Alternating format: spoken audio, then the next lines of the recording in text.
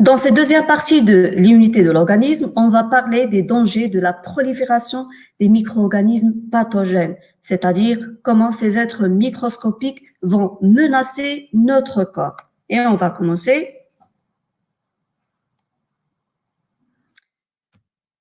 Voilà. Donc, ces êtres vivants-là, microscopiques et bien sûr pathogènes, ils menacent notre corps par différentes façons.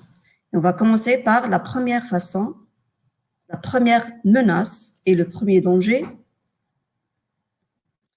Il s'agit de la septicémie. C'est quoi la septicémie ou bien la sepsie? C'est une infection qui est très, très grave et qui se propage dans l'organisme par voie sanguine, à partir bien sûr d'un foyer qui est infectieux initial. Donc, le plus souvent, cette septicémie il est d'origine bactérienne. Et là, on va choisir un exemple de la multiplication de la salmonelle, cette bactérie-là qui va causer la fièvre de diphtérie. Voilà cette bactérie sous forme de bacille.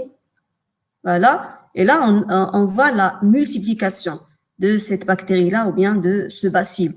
Donc, on a parlé dans la première partie que les bactéries, ils se multiplient par division. Et voilà, on voit cette multiplication-là pour cette salmonelle.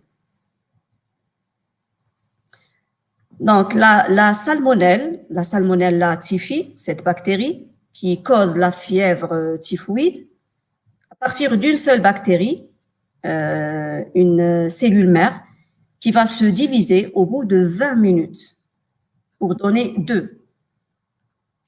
20 minutes, 4 et 20 minutes, 8 bactéries. Donc là, on voit une multiplication qui est très, très rapide.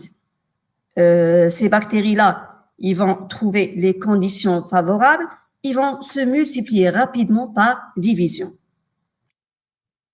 Donc, comment ces bactéries-là, ils vont envahir l'organisme et ils vont provoquer par la suite une septicémie et lorsqu'ils vont trouver les conditions favorables. Par exemple, là, on a cultivé des bactéries dans un milieu nutritif qui renferme bien sûr des substances nutritives et une température idéale pour leur multiplication.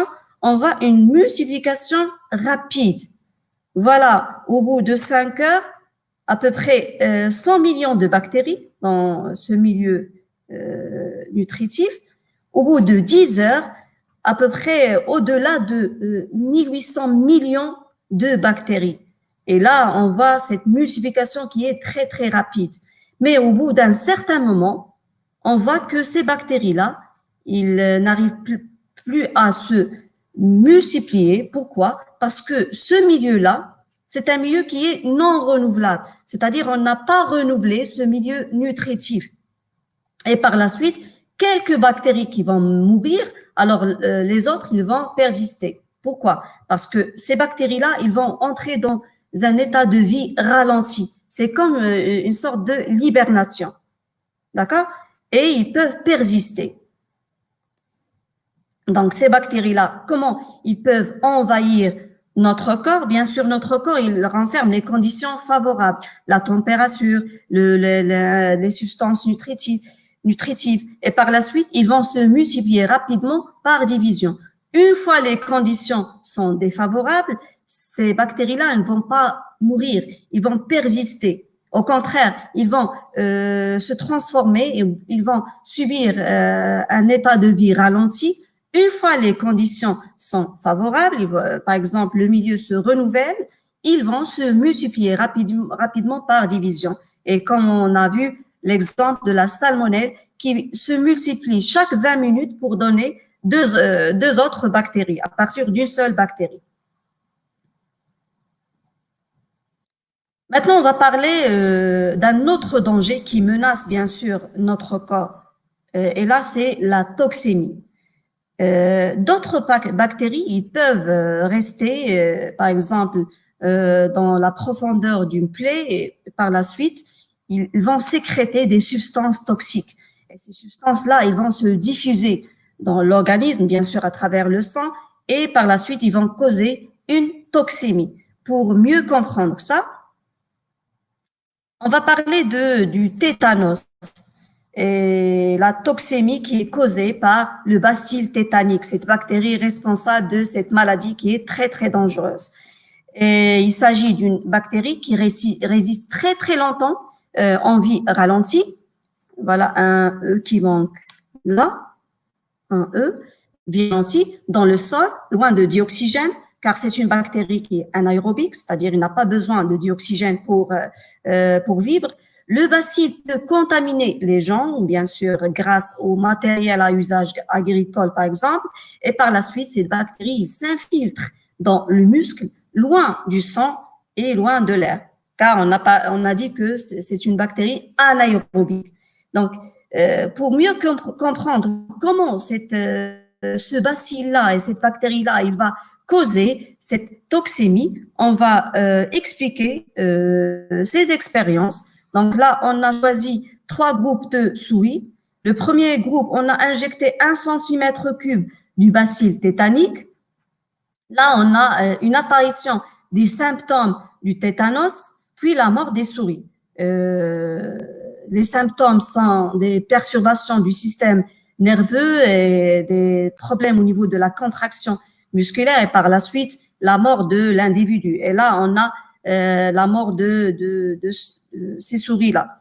Pour le deuxième groupe, on a injecté 2 cm3 d'un filtrat bouilli des bacilles tétaniques, le filtrat. C'est-à-dire, on a bouilli les bacilles, après on a filtré, et le filtrat, c'est-à-dire cette solution-là, on l'a injectée aux souris. Et par la suite, on a vu la même chose, l'apparition des symptômes du tétanos, puis la mort des souris. Là, on a injecté les bacilles, c'est-à-dire les bactéries, mais dans cette deuxième expérience, on a injecté le filtrat. D'accord? Toujours la même chose, même résultat, la mort des souris. Pour le troisième groupe, il s'agit là d'une expérience témoin. On a injecté 2 cm3 d'eau distillée et stérilisée, c'est-à-dire qui ne renferme pas de microbes. Et les souris sont toujours vivantes. Voilà. Donc, comment ces bactéries-là, ils ont causé la mort de ces souris-là? Bien sûr, ces bactéries, bien ces bacilles, ils ont libéré leurs toxines, ces substances toxiques qui vont engendrer et qui sont responsables de la mort de ces souris. Donc, on a parlé de la septicémie, la multiplication rapide. On a pris l'exemple de la salmonelle et là, on a un autre danger. Il y a des bactéries qui vont rester sur place et ils peuvent causer la mort. Comment? Ils vont libérer leurs toxines. Et ces toxines-là, il va se diffuser à travers, par le sang, à travers notre corps. Donc, le bacille, on récapitule, le bacille tétanique ou bien le Clostridium tétani, il sécrète une toxine. Et cette toxine-là qui est la cause des perturbations du système nerveux et le déclenchement des contractions involontaires de tout muscle et par la suite, il va causer la mort de l'individu. Maintenant, on va parler d'un autre danger. Le troisième danger, c'est les bactéries qui possèdent des capsules. Et on va expliquer c'est quoi cette capsule-là. Donc, toujours pour mieux comprendre, on va prendre ces 2 expériences. La première expérience, on va injecter des bactéries avec capsules. Il s'agit là de diplocoques. Résultat, l'apparition des symptômes de la maladie et la mort des souris. La deuxième expérience, on va injecter des diplocoques, ces bactéries-là, mais sans capsule. Les souris, ils restent saines, toujours vivantes. Donc, d'après vous, qui a causé la mort des souris? Bien sûr, là, la différence entre les 2 bactéries, c'est cette capsule-là. C'est une sorte de membrane, d'une couche supplémentaire qui a causé la mort de ces souris. Et là, on va faire la comparaison entre, voilà, une observation microscopique des bactéries encapsulées, c'est-à-dire avec leur capsule, avec cette membrane, cette couche supplémentaire, et là, des bactéries de la même espèce, qui causent la pneumonie, mais ce sont des espèces mutantes sans capsule. Voilà le streptocoque qui cause la pneumonie, cette maladie qui touche les poumons. Et voilà ces bactéries-là avec capsule. Voilà la capsule et cette capsule qui est la cause de la mort de l'individu ou bien, comme on a vu tout à l'heure, la mort des souris. On récapitule. Donc, la capsule, c'est une couche ou bien une membrane supplémentaire, comme par exemple les pneumocoques qui infectent les poumons. Et ils sont résistantes aux moyens de défense de l'organisme, c'est-à-dire les moyens de défense de notre corps, ils n'arrivent pas à franchir cette capsule-là, cette membrane supplémentaire. Alors que les autres bactéries ou bien les autres streptocoques ou bien, pardon, diplocoques sans capsule, ils sont inoffensifs pour l'être humain. Voilà. Maintenant, on va parler du quatrième danger, le danger des virus et leur pouvoir pathogène. Donc, un virus, il ne peut se multiplier qu'à l'intérieur d'une cellule appelée la cellule hôte. C'est la cellule qui va parasiter. Après que le virus, il va injecter bien sûr son matériel génétique, il va se répliquer, il va se multiplier par réplication. C'est comme une sorte de photocopie. Donc, pour produire bien sûr de nouveaux virus, et il va les produire par dizaines. Et là, on va parler de la réplication virale.